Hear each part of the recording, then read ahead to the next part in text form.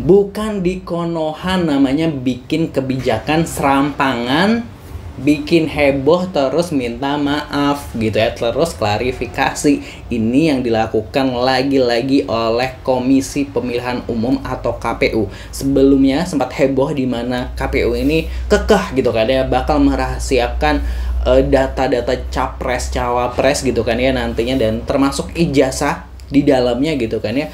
Heboh gitu kan, kayak baru sehari 2 hari pernyataan itu keluar gitu kan ya. Peraturan sih sebenarnya udah ditekan dari Agustus kan. Terus ini udah mulai lagi gitu, rame gitu kan ya, dan karena rame akhirnya KPU ini membatalkan lah.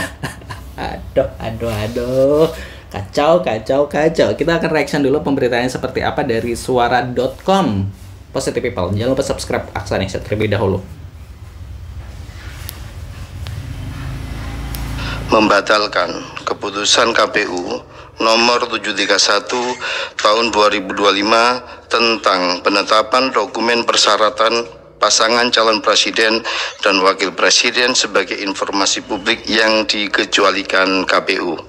Selanjutnya, memperlakukan informasi dan data tersebut, kita medomani aturan-aturan yang sudah ada sambil kemudian berkoordinasi bagaimana kemudian kalau ada hal-hal yang kita anggap perlu untuk kita lakukan berkaitan dengan seluruh data dan informasi yang ada di KPU, termasuk dokumen-dokumen yang ada di KPU. Tentu ini tidak hanya berkaitan dengan ya itu tadi ya statement dari ketua KPU-nya yang menyatakan akhirnya dia membatalkan gitu peraturan peraturan KPU yang nomor 731 itulah ya, pokoknya tentang ijazah dan lain sebagainya ya gitu kan. Kalau data-data pribadi yang lain mungkin it's okay gitu kan, itu ada 16 data nih sebenarnya, tapi kalau yang soal ijazah kan itu ya perlu tahu gitu kan ya, karena kita perlu tahu riwayat pendidikan dari kandidat capres cawapres gitu kan ya. Lah gimana sih orang kerja aja ijazahnya dibutuhkan gitu kan, apalagi ini untuk